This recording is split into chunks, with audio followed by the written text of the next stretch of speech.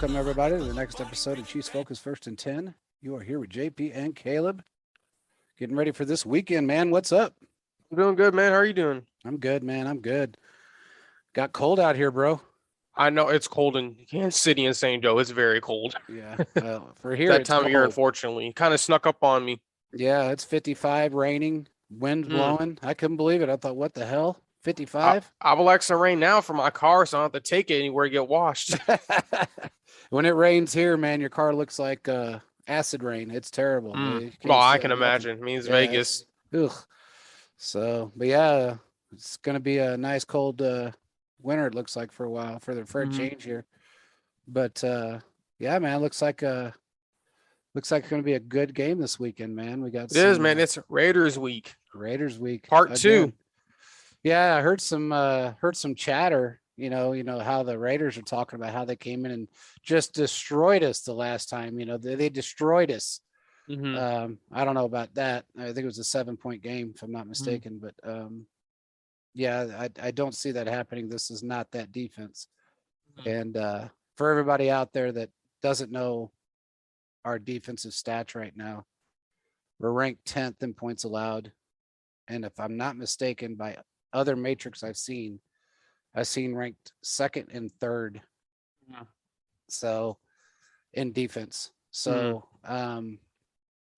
we are killing it right now. Oh, wow. Yeah, we and are. You know what? Hey, what did we predict, Caleb? What did we predict? I'll say it for the 100th time. I've said it every show, but this is the beginning of the season. The Chiefs will figure it out. Yep. I said that. They prevailed. I mean, it got pretty low after Titans lost, but I said they'll figure it out. The Andy Reid's teams really don't sputter themselves in the mud that much. They figure it out. Yep. And that's something we've seen every single year. They're going to go through a slump. Now, to be fair, this is probably one of the worst slumps we've seen. Now, it's the same losses they had the Super Bowl, but when you're looking at the end of the day, yes, they lost those games, but if they were to run it back, I have a confident feeling we would win because we have a defense now. And I think the offense has kind of figured things out now. Granted, there's been drop interceptions still. Mahomes has been missing targets. We had guys not playing well, but from where we're at from what we were at the beginning of the season, and now we're a completely different team. Melvin Ingram was a still of the season. Yeah. 6th round pick. I mean, that's pretty good. He plays like a maniac. He looks so much better, stronger, and faster than what he did with Los Angeles. And just the cornerback room, man, one of the best in the league. Charvarius Ward, man, your boy. Yep. I'll say it one more time for all the people who haven't heard him. We trade Parker Ingram, who was going to get cut, for Charvarius Ward. It worked out phenomenal. Brett needs to figure out how to keep him in the future, because I'm telling you now, man, we have a stacked cornerback group. Rashad Fenton, L'Jarius Sneed. We have DeAndre Baker, Mike Hughes, Josh Jackson, who he might get promoted because Chris Lamons, who's our quarterback who plays special teams, he's hurt. I think we have 3. I don't know what pick Josh Jackson was, but I think we have 2. A 2nd round pick, I think. Let me look it up. Let me see real quick. He was a 45th pick, so he was a 2nd round pick essentially. But what you have is 2 first-round cornerbacks on your team that you got for basically nothing. DeAndre Baker had that whole situation where he was accused of something where he did not end up doing it. Yeah. Mike Hughes, they traded a 7th rounder for him from the Vikings. I mean, this is pretty nice to have some good players. Yeah. As we know, Veach finds the guys he wants and he will get them one way or another. So what I tell people now, and this is what I'm going to start doing, I'm going to start looking at these first round picks from these other draft class 2-3 years ago and see, okay, who's not doing well? Who can Veach possibly trade for? Yeah. Because what I'm looking at from a whole standpoint as a whole, Veach will get his guys. And there's these players that are out there that are good. Now, maybe a Darren Lee didn't work out on the Chiefs, and now they trade a 6th round pick. And now you can say Mike Hughes has struggled. But I mean, just having him there is better than having maybe a Phillip Gaines or maybe getting some guy off the street. We don't know who's going to do well. Yeah. So I think what we have for the future is going to be great. Now, however, when it comes to Mike Hughes, he had a very rough start to the season. So he's played a little bit better. I have to say he hasn't done bad, but I feel like if they're going to want to keep him, it's going to be interesting because we have all these great guys on this team, specifically cornerback room. I mean, telling you, man, we have probably one of the best in the league, if we're just being honest. naming all the guys. Rashad Fenton, 6th-round pick. All these guys, man, they're phenomenal. They're phenomenal. Yeah, I agree. And Hughes has picked it up towards the end of the season, or towards this latter part of the season. And, honestly, when you really look at it, we have a great safety room too. I mean, oh, for sure. You look at everybody from, of course, Matthew and look how great our boy has done. I mean, steps up out of nowhere, and they didn't want him on the field. He didn't play the first 5 or 6 weeks, and then Willie Gay. Well, not just Willie Gay, but my mind's slipping right now. What position? Safety. Thornhill. And he is just phenomenal. I mean, the guy is all over the field, making plays left and right, not afraid to hit anybody. Mm-hmm. Just, and look, Dirty Dan in the middle where he belongs, making plays because he's in the middle where he belongs. And that rover, he's a rover. He's not a starter. Hey, and what did we say at the beginning? We said, I specifically remember saying he'd be really good. And you said it, if you put him in that, and somebody argued, because somebody was on the show with this. I don't remember who that was, but they said, I don't know about that. He's not big enough to be in that position. It doesn't have to be about size. I'm not saying put him as a linebacker, but you put him in that linebacker area as a rover. He is going to thrive. And he's that third safety. Sorry to interrupt you, but he's that third safety that you want to move around. Exactly. That can move around. And he's not good at a set position. If you let him just kind of do his thing and move around, it works out. Yeah. For the most part. And man, that pick six was kind of cool. I'm not going to lie. The two players that Chiefs fans and then we've been kind of critical of has been Ben Niemann and Dirty Dan. Ben Niemann got the tip pass. Dirty Dan ran it back. I mean, that's kind of crazy for just being honest. It is. And, you think about it and you look at the movements that have been made and the positions that they've been put in, you're going to experiment with players and you're going to put them in positions that it may look like they've been set up for failure. And we said that at the beginning of the season. Dirty Dan was set up for failure when he was put in the positions he was put in. He's not a starter. He is a rover. Yeah. We've seen this. Spags loves to play with 3 safeties. So don't put him as a third safety. Let Matthew in Thornhill can get in the back of the field. Let Dirty Dan kind of move up with the linebackers. Exactly. Kind of something to that extent. Yeah. I thought that was a no-brainer. Now, would I like to see Armani Watts come there as well? I would like to. Now, here's the issue with him. He had a really good rookie year until he got hurt. Yeah. And then he's been kind of struggling trying to get onto the field. So I don't know what's going to happen with him. But to have him, I think maybe throwing him there will be great. But I have a feeling I feel more confident and comfortable with Dirty Dan as that third guy, safety roaming when it comes to the playoffs right now. Yeah, I agree. It's pretty insane how this defense, and people could say what they want about who we played, but we have played against some phenomenal teams, and our defense has allowed no points. We haven't allowed more than 13 points since the Washington game, I believe, if I'm not mistaken. Let me look it up as we were saying that.